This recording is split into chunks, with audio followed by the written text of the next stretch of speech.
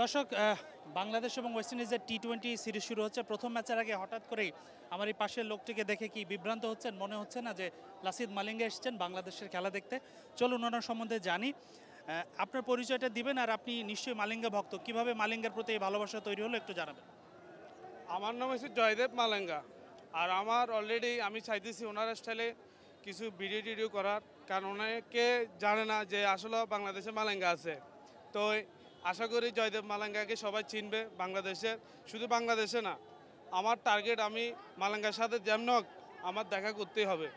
তো আশা করি যেভাবে হোক, কেউর মাধ্যমে হোক বা আমার কষ্টের বিনিময়ে হোক, আমি ওনার সাথে দেখা করতে চাই। বিশেষ করে আমি মালাঙ্গাকে অনেক পছন্দ করি, আর ওনাকে আমি অবশ্যই লালন পালন করি।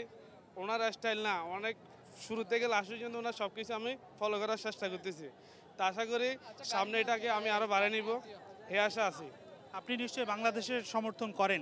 আজকে বাংলাদেশের খেলা, বাংলাদেশ টানা 4টা সিরিজ টি-20তে ভালো করেছে। এই সিরিজ থেকে বা এই ম্যাচ থেকে আপনার প্রত্যাশা কি?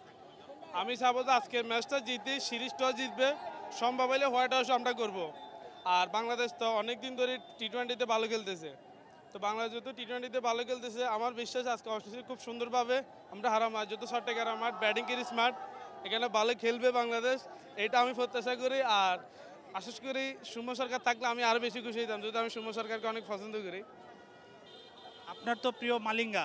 বাংলাদেশে তো অনেক এখন পেসার অনেক ভালো করতেছে। বাংলাদেশে পেসারদের কাকে ভালো লাগে? বাংলাদেশের পেসারের ভিতরে কারো বেশি ভালো লাগে?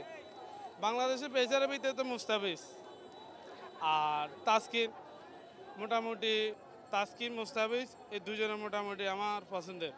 কারণ ওদের খেলা 2015-16 সালে ওরে আমাদেরকে বেশি আনন্দ দিয়েছে। তার ভিতরে আবার সৌম্য ছিল, পাশাপাশি ওদের একটা মাস্টারবিটা সব মিলে একটা টিমটা অন্যরকম ছিল, ভালো লাগতো।